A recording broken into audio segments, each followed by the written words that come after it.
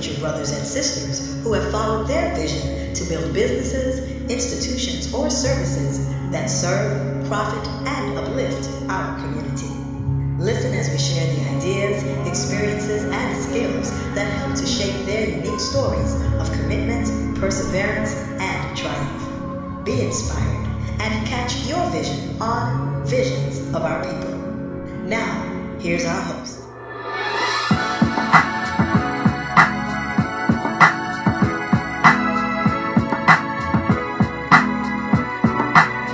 Pamoja Tutashenda, brothers and sisters. Together, we will win. Today's Visions of Our People is sharing the vision of author Lindiwe Stovall Lester. Sister Lindiwe has a Master's of Education and Education Specialist degrees. She has spent nearly 40 years doing the people work that's described in her latest book entitled The Everyday Leader. Masterfully lead the people who must report to you.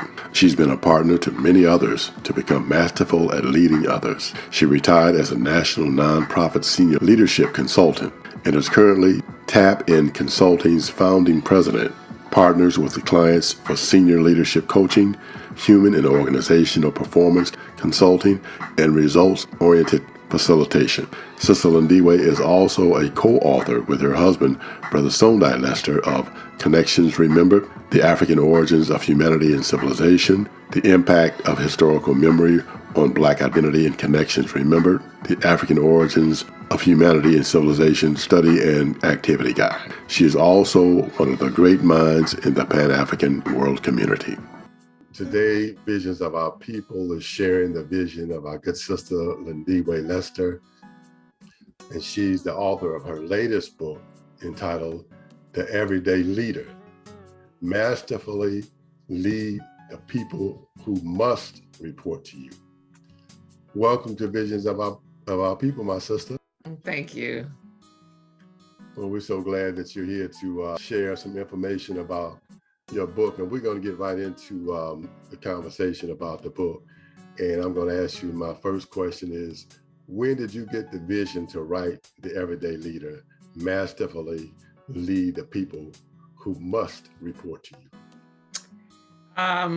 So I retired from my job as a senior nonprofit executive with the National YMCA in 2017. And one of the reasons I retired, I retired because I wanted to be free to use my time in the way I really wanted to use it. And one of the things I wanted to do is to write. And Noni, my daughter, Noni is in human resources. That's her passion too, developing people.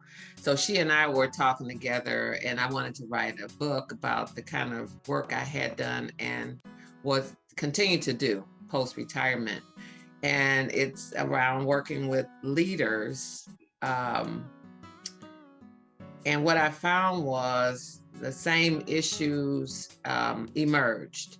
And most of the issues that when I was working with leaders in my formal job, and then post-retirement as a leadership coach, executive coach, and leadership development consulting that I do, the challenges seem to be the same, related to how we lead people. So whether it's a senior executive, a CEO that I might be working with, a lot of the issues weren't around that person's skill to do the job, their technical skills, whether they were good at strategic thinking or leading change or whatever the leadership theories might have been. It wasn't about that. It was about I'm having problems with my board, not getting along with my board leader or with my staff, or if it was, say, a person at mid-level leadership, it was like working with the people who report to them or either working with the person they report to.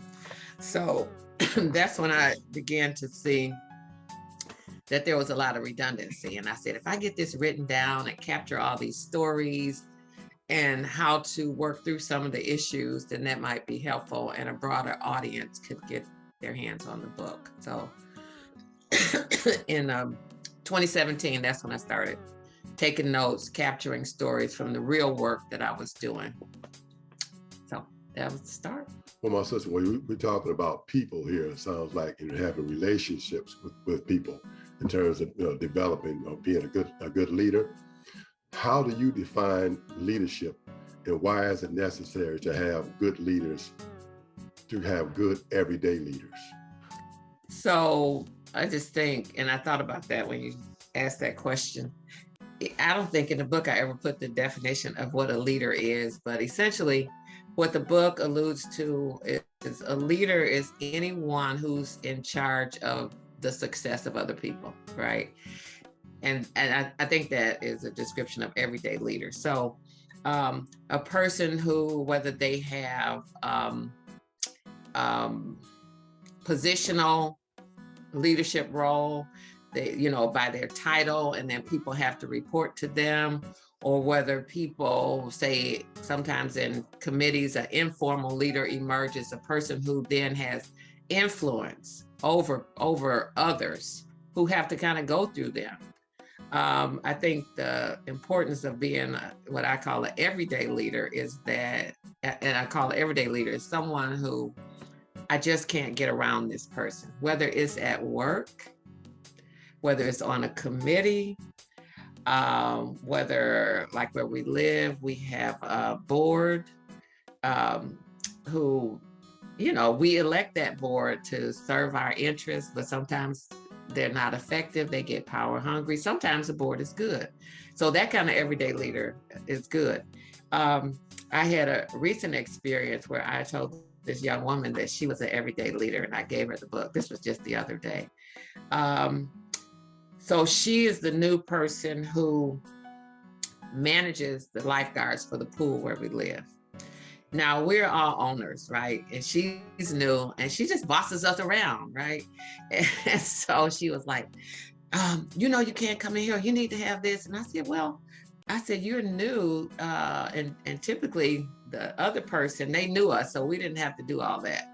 But she would be mad and get in arguments all the time. So I was thinking, I told her, I said, you're an everyday leader because you really are kind of our new supervisor. And I would like for us to have a better relationship and for you to have a better relationship. So I did give her the book. I don't know if she'll read it, but that she has influence over us. Now, ultimately, if she acts too bad, because we're owners, we could say, you need to get someone else, but nobody really wants to do that. They're everyday leaders. I think about the checkout person in the grocery store. If they have a bad attitude that day, give you a hard time, you have a choice. Either I'm going to suffer through this momentary everyday leader messing up my day, or I'm going to put all my grocery back. So we do have to even go through that person. So, you have small business owners who I have a good friend who is one, and she has high turnover because the people have a hard time dealing with her style of leadership, right? So she's an everyday leader. So that's kind of in a nutshell what's meant by the title. The must report to you is you just can't get around them. Everybody can't decide, I'm gonna quit my job because the supervisor is not fair to me or doesn't treat me well. It doesn't show respect. Everybody can't walk away. Some people do have the courage to walk away and probably the confidence to say I can get something else. But, and I talk about this in the book, and I look at a lot of studies, but the studies indicate that the worst part of a person's job for over 50% to 70% of people is their engagement with their supervisor. So, and there's data in there that said, people said, I would rather not get a raise and get a new supervisor, So anyway, that's the idea. Well, you kind of answered my next question, because I was going to ask you, is the everyday leader only for people who must report to them, or can anyone learn how to masterfully be a leader? Yes. So I know one of your questions is whether people are born or they can be developed into leaders. I definitely believe, you might have people who their natural drive is to be outgoing and charismatic and all that. That doesn't necessarily make you a good leader. You have leaders who are introverted, very good leaders who are introverted. So it really is building the skills to lead other people, to be aware that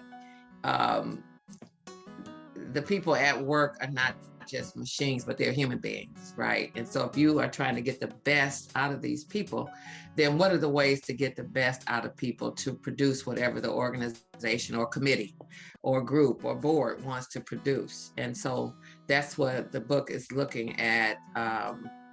What are those keys to doing that? So again, Gallup's one of their pieces of data in their studies, and they do a study of the American workplace every 4 years. They analyze managers and what's happening in the workplace. But they say that only 10% of the people in the workplace have the aptitudes and attributes to lead and manage others. And typically that's not the 10% that get the job, right? It's that assertive, individual person who can really churn in their own job. So you tend to get promoted because you can do your work. You're a high performer, right? But then when they promote those people into leading others, oftentimes, and one of the things I'm working with a group right now who just became managers of youth care workers, is that you have to make the shift. To lead myself is one thing. To be responsible for leading others is a different mindset. There are different skill sets. And you have to, how I spend my time is different. Spending my time with people, trying to coach and develop and help them be clear about what you expect out of them, support them in doing that, get them, so it's a whole different skill set. So I do think people can be developed, but most people are not. You just get promoted, and then what do?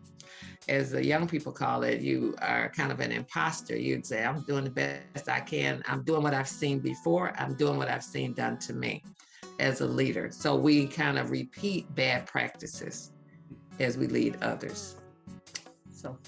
Yeah, they call that perpetrating. Exactly. Fake it, or they say fake it till you make it. But what happens is they fake it and keep faking it, and you then say it's the people I supervise, it's their problem. But if you fake it, you should be also in the process of saying, I'm going to fake it while I learn, and try to learn as quickly as I can so I don't run the risk of messing up these people. Well, you just touched on something, my sister, and you just made me think about, all this education and, these degrees and stuff that people have. It sounds like there's nothing really educationally, or if it's out there, it's not really effective in terms of people learning what you just talked about, how to actually be an effective everyday leader. Right, because even I was reading something, even in the MBA programs, that's not the kind of leadership that they focus on. It's like, financial skills, financial acumen. You've got strategic thinking, visioning, you've got change management, leading a global enterprise, you got all that. But there's very little on how we lead other people. And the management practices are still the same as 50 years ago when people were basically just in the industrial age, just do as you're told. I'm the boss. I'll fire you if you don't do it. I talk to you any kind of way. But it's a different world and people are less tolerant. Right. Definitely less tolerant, which even makes it even more important for people to actually know how to be a good leader and have the skills to be able to execute those that type of a person who can get things done. And your book is focusing on a problem, a huge problem, and across the board. I mean, everywhere you go. I came from the automotive industry. everywhere you go. And like you said, that these people are everywhere. So the book can be a great resource for people who maybe be aspiring to be in a leadership role at some time down the line, so that they know can recognize a good leader. And if a person is not getting the job done, they can hand them that book, or fall back on some of the skills that you talk about, so that they can either be a good leader themselves or help the person to become a good leader if they're open to that. Yeah, like usually the people that I work with now, and I don't work with a whole, but I'm not trying to be full-time work or anything, but the people that I work with, like one woman is, she just has a job as a chief operating officer at a nonprofit. She's 32. And she said that what I liked about her is she said that she knew that she wasn't prepared to do the job. She's very smart, but she had to supervise people for the first time. And she said, I know I'm driving them crazy. So that was good. So I told her, I said, before we talk, look in the book and look at the table of contents and just put a mark on any of the topics you think relate to you. And she was like, oh my God, when I talked to her, she said, I'm so glad I read this part before I started this new job, which she's about to start this new job next week. She said, I want to go in there and start right. And she said, so she saw, there's a whole chapter on your leadership launch, whether it's your first leadership job or you're just starting a new leadership role. What are the things you should consider, because it's not going to be the same organization. It's maybe a different culture. So you can't just automatically say what I did in my last job is exactly how I'm going to do it in this job, but to try to understand the culture and what you can bring into that job that fits, and what you probably did before that made you successful that may not fit into this new environment. So she was really happy about that. And I was glad that this was a younger leader emerging as well. Well, that's great. So my sister, can you tell our listeners about your program? Do you have a program to develop everyday leaders? I wouldn't call it a program so much, even though I have three clients that I work with, the leader and their whole team. I've been working with for 3 years. And now what's good is, I guess you can kind of call the Everyday Leader a program, because they will identify what they are trying to do with their teams as a leader with their individual work. And writing the book helps in the sense that I don't have to repeat the same things over and over, but I can also have them read it even before we talk, so they come into our conversations more informed with a different mindset. So I do customize leadership development projects based on what the needs are of the organization, right? But I think the book is developmental, and that's what it was supposed to be.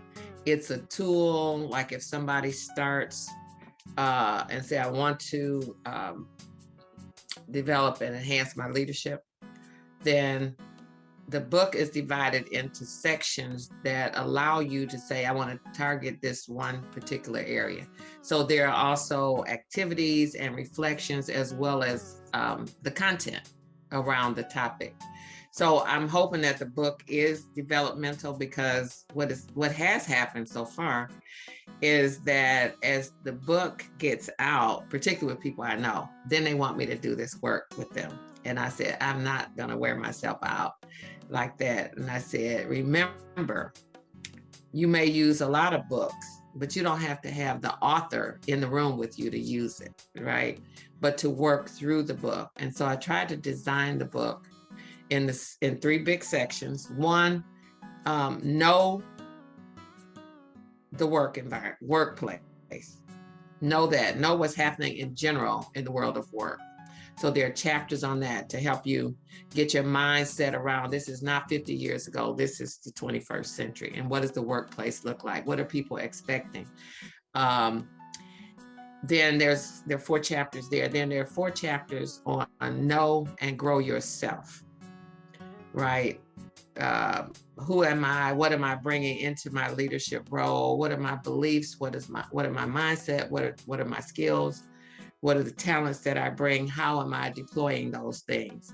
And am I using those skills and talents and gifts that I bring in a way that helps people succeed, or is it creating barriers for them? If so, then how can I shift the way I'm thinking about the work? How can I shift the kind of beliefs I'm bringing into the workplace that influences everybody who reports to me? Right. So for instance, if you say, I believe people are basically lazy and I need to stand over them, that's a belief that everybody has to be impacted by who reports to you, right? Is that helping those people to bring their best work or not? And you may want to rethink those beliefs. So there's a little activity like, what are your beliefs that you bring into the workplace? Are they helping or hindering you? So there's a section on in that whole know and grow yourself on leadership presence. Like, how do I show up? How do you want to show up? And I've done a lot of work with women in terms of that, how people don't take women as seriously when they talk. And sometimes women lack the confidence that men have, but this whole presence, how do I show up? How do I use my voice? How do I engage with other people? I mean, am I overly emotional? I get angry and go off, then people won't take you as seriously. But anyway, there's a whole section on know and grow yourself, 5 chapters. And then it goes to know and grow your people.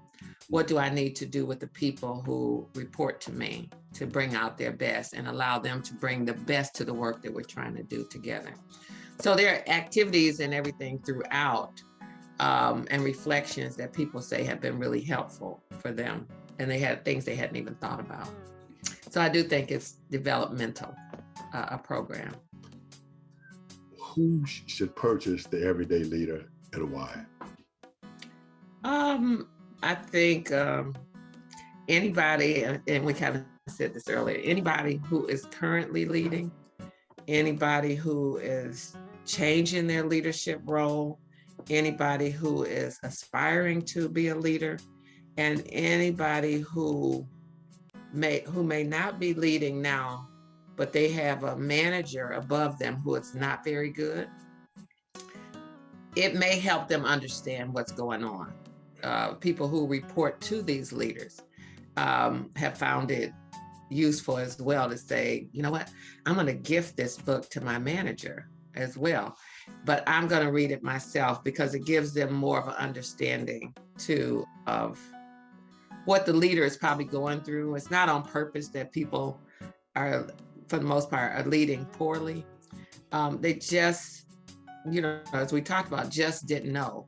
So that's how you get quite a few people who say, I don't ever want to supervise people again. Well, I mean, I went through that too, but I didn't realize that there are specific things you need to do to bring the best out of people. You need to, one, build the connection. You don't have to be best friends, but to value that person and know that person as a human being. You build a connection and be intentional about that.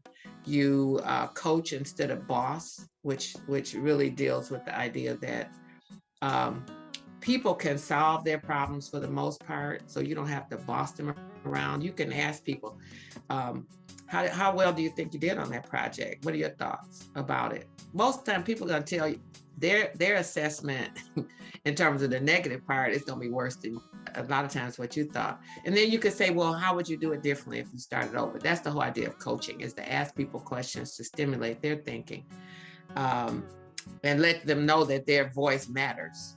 So you have the coaching and connecting and developing. How do you help people get even better in the areas that are important to the work that they're doing and the areas that they want to do, right? Most people who take jobs don't have 100% of the qualifications to take the job because they've never done it before.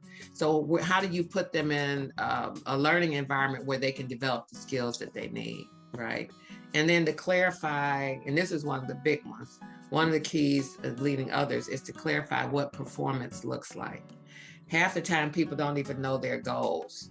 And so they have one view of what success looks like, and you as a supervisor has another view of it. So you have this painful annual performance review that, that upsets people. But a lot of it is because you didn't have clarity together on what the expectations are for the role. How will I support you as a leader in achieving the role? Asking you, what do you need to be successful? Asking you, where are you in terms of these goals on a regular basis before the year end? So all of those things are important, I think, to anybody who's in the workplace or somebody leading a committee, and the book would be helpful in that way. Definitely, it would be helpful, my sister. What are your final thoughts that you want our listeners to take away from our conversation about the everyday leader? I think to be not consider continuing to grow as an insult or put down, but it's a positive. We live in a changing world, rapidly changing, and we need to keep growing ourselves. So this is not a book for remedial work as a leader, but it's ongoing work. And that if we're going to remain relevant and lead others, then to see ourselves in terms of where do I need to go next?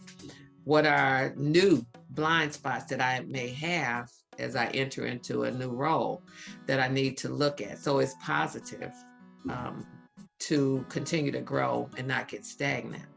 And secondly, is that if we are in any kind of leadership role, it's a role that we should take on humbly, because of the power of it that's built into the role. And as I say, whether you're qualified or competent in the role, there's power in having the role. So use that well. And to use it well, we need to know how to use it well.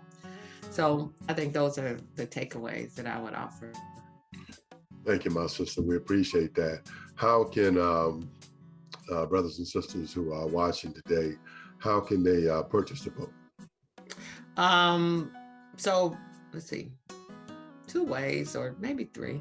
Well, so we have, Sunday and I have a publishing website, pseinstitutebooks.com. So you can get it directly from us, and we can sign it if you want to. And then a lot of people have Amazon accounts, so it's definitely there on Amazon.com. And I think those are the main places. We do have several places that sell the books, but the bookstore, unfortunately, the bookstore brick and mortar is just tough. They don't sell as many books. We have our books at the African American Museum here, a couple bookstores in Georgia, but they don't sell as fast because people are just not frequenting bookstores as much. So the other way is if you want to get it from a bookstore, you can ask the bookstore to order it, and they can order it through Ingram. So those are the ways to get it. All right. Thank you, my sister. We appreciate you joining us and sharing your vision with us, about the everyday leader, because that's a vision that can touch the lives of brothers and sisters throughout the world, on any level, in any country. And we are in such need of leadership today. And thank you for giving us this gift so that folks can learn what leadership is, and think about it, and actually be able to execute it effectively. Thank you, my sister. Thank you. Sometimes you're off when it feels like on. Sometimes you can't tell the night from dawn. Did the earth move, or did you take a turn? Did you just get hot, or did you just get burned? Open up your eyes and take a deep breath. Hold on tight while you hope for the best. You see, falling down feels a lot like flying. Giving birth feels so much like dying. So spread your wings, don't you fall. Come down on your own if you come down at all. Spread your wings, don't you fall. Don't you fall, don't you fall.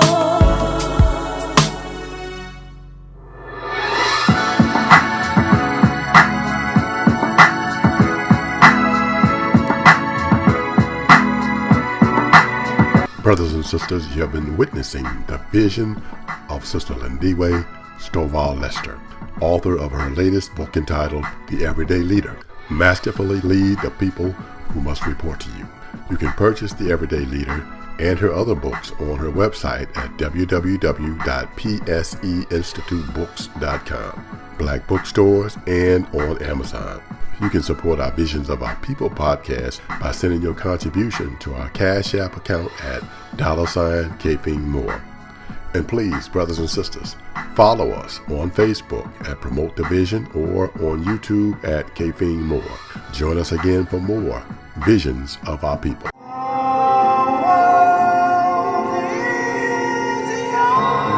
Thank you for joining us for Visions of Our People. We hope that our stories of commitment, perseverance, and triumph have inspired you to follow your vision of creating businesses, institutions, and services that uplift our brothers and sisters, serve our community, and make us the great people that our Creator made us to be. We wish you peace and blessings, and we invite you to join us again for Vision of Our People.